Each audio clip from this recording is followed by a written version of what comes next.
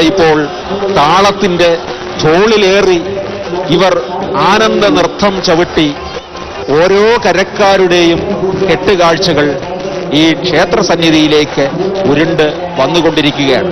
നേരത്തെ മലയാളപ്പുഴ പറഞ്ഞതുപോലെ ഇത്രയോ സൈബർ യുഗത്തിലെത്തിയിട്ടും ഇവിടെ ഇതൊരു മനുഷ്യ പ്രയത്നമാണ്. ഈ 13 ഈ കരക്കാരുടെ ആവേശം കണ്ട് മനസ്സിലാക്കിയാണ് വിദേശികൾ പോലും ഇത് തങ്ങളുടെ മനസ്സിലേക്കും ഈ ക്യാമറയിലേക്കും പകർത്താനായിട്ട് പോലും ഇവിടെ എത്തിച്ചേർന്നിരിക്കുന്നത്. ഇത് 13 കരക്കാരും ജാതി മതഭേദമന്യേ ഇവിടെ ഒത്തുചേർന്നിരിക്കുക.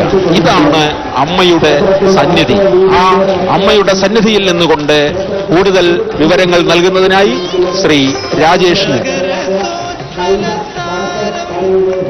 അമ്മേ ശരണം, ദേവി ശരണം, ചെട്ടിക്കുളങ്ങര അമ്മേ ശരണം. കുംഭമാസത്തിലെ ഭരണി നാളില് അസ്തമയ സൂര്യൻ അറബിക്കടലിലേക്ക് താഴാൻ പോവുകയാണ്. അന്തിപ്പൊൻവട്ടത്തിന്റെ അരുണരശ്മികൾ നയനാനന്ദകരമായ ഈ കെട്ടുകാഴ്ചകളിൽ പതിക്കുമ്പോൾ ഉണ്ടാകുന്ന ആ കലാമൂല്യം തികഞ്ഞ ആ കെട്ടുകാഴ്ചകളുടെ സൗന്ദര്യവും അതിന്റെ ചൈതന്യവും അതിന്റെ തനിമയും ഗരിമയും അത് ഒട്ടും ചോർന്നു പോകാതെ തന്നെ തിരുവനന്തപുരം ദൂരദർശൻ കേന്ദ്രം തത്സമയം പ്രേക്ഷകരിലേക്ക് എത്തിക്കുകയാണ്.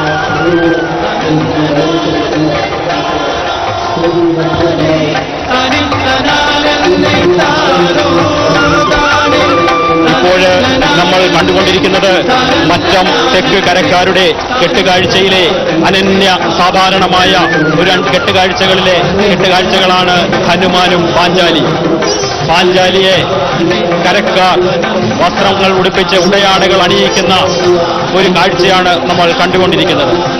ഈ പാഞ്ചാലി അമ്മയ്ക്ക് അണിയുവാനുള്ള ഉടയാടകള് അമ്മയുടെ മക്കൾ ഭക്തന്മാർ വഴിപാടായി നൽകുന്നവയാണ്.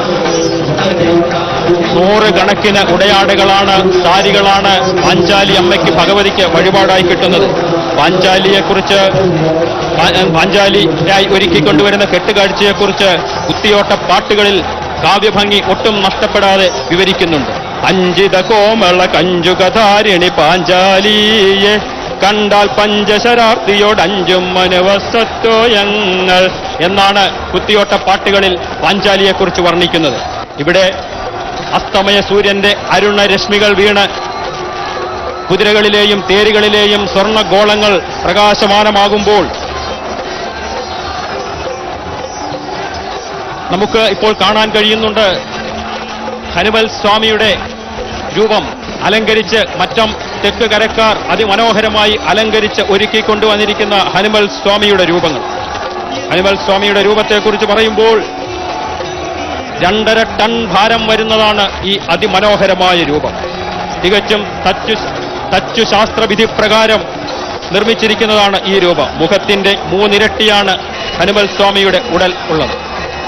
ഇപ്പോൾ കാണുന്ന ഈ കാഴ്ചക്കുലകള് ഇത് ഹനുമൽ സ്വാമിക്ക് ഭക്തന്മാർ നൽകുന്ന വഴിപാടുകളാണ്.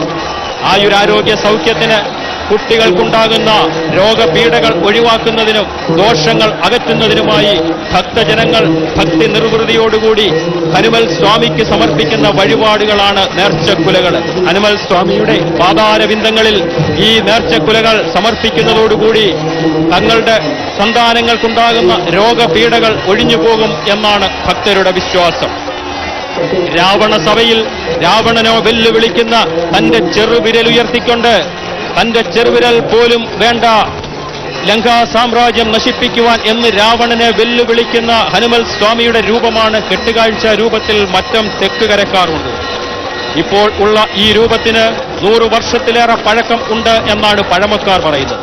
ഇതിനു മുൻപുണ്ടായിരുന്ന ഹനുമൽ സ്വാമിയുടെ രൂപം നിൽക്കുന്ന തരത്തിലുള്ളതായിരുന്നു. അതായത് ലങ്കയിലേക്ക് ചാടുന്നതിനായി തയ്യാറെടുക്കുന്ന ഹനുമൽ സ്വാമിയുടെ രൂപമായിരുന്നു മുമ്പുണ്ടായിരുന്നത്. ഇവിടെ എനിക്ക് മുമ്പ് വിവരണം നൽകിയ ശ്രീ വിജയനാഥ് കൊടുങ്ങല്ലൂരിൽ നിന്നും ഭഗവതി ചെട്ടികുളങ്ങരയിലേക്ക് എത്തിയ കഥ പറഞ്ഞു.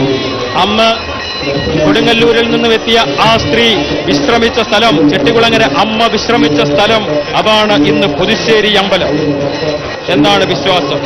അമ്മ അവിടെ നിന്നും ആ സ്ത്രീ ഭക്ഷണം വാങ്ങി സ്ത്രീക്ക് നൽകി, ഒരു പങ്ക് വള്ളക്കാരനും കഴിച്ച് ഇരിക്കവേ വള്ളക്കാരൻ ഉറങ്ങിപ്പോയ കഥ ശ്രീ വിജയനാഥ് ഇവിടെ പറഞ്ഞു. തൊട്ടടുത്ത ദിവസം മറ്റൊരു സംഭവം ഉണ്ടായി. ഇന്നത്തെ ചെട്ടികുളങ്ങര ക്ഷേത്രത്തിന്റെ തെക്കുവശത്തുള്ള പുരാതനമായ ഇല്ലത്ത് പുരകെട്ടിമേച്ചൽ നടക്കുകയായിരുന്നു. ഈ സമയത്ത് ഭക്ഷണം ആവശ്യപ്പെട്ട് പ്രായമായ ഒരു സ്ത്രീ അവിടെ എത്തി. മുറ്റത്ത് തടയും ഇലയുമിട്ട് അവർക്ക് കഞ്ഞിയും മുതിരപ്പുഴക്കും അസ്ത്രവും നൽകി. ഭക്ഷണവും കഴിച്ച് സംതൃപ്തയായ സ്ത്രീയെ ഇല്ലത്തിന് വടക്കുള്ള കുളക്കടവിൽ പോയി കൈയും മുഖവും കഴുകി നോക്കി നിൽക്കെ സ്ത്രീ അപ്രത്യക്ഷയായി. ഒരു തേജസ് അന്തരീക്ഷത്തിൽ ലയിക്കുന്നത് കണ്ട ആ ഇല്ലത്തെ അന്തർജനം മോഹാലസ്യപ്പെട്ടു വീണു. ദേവി മുഖം കഴുകി എന്ന് കരുതുന്ന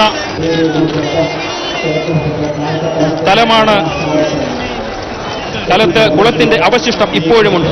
അപ്രത്യക്ഷതയായി ദേവി ഒരു തേജോമയ രൂപമായി അപ്രത്യക്ഷയായി പോയ സ്ഥലത്താണ് ഇപ്പോൾ ചെട്ടികുളങ്ങരയിലെ പ്രധാന ക്ഷേത്രത്തിന്റെ തെക്കുവശത്തായി കാണുന്ന മൂലസ്ഥാനം.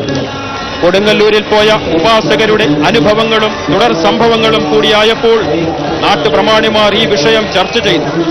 അന്നത്തെ ഓണാട്ടുകരയിലെ പ്രമുഖ ജ്യോത്സ്യനായ മങ്കുഴി കണിയാരെ വിളിച്ച് പ്രശ്നം വെച്ചു. ഈ പ്രദേശത്ത് ദേവീ സാന്നിധ്യമുണ്ടെന്ന് ദേവപ്രശ്നത്തിൽ തെളിഞ്ഞു.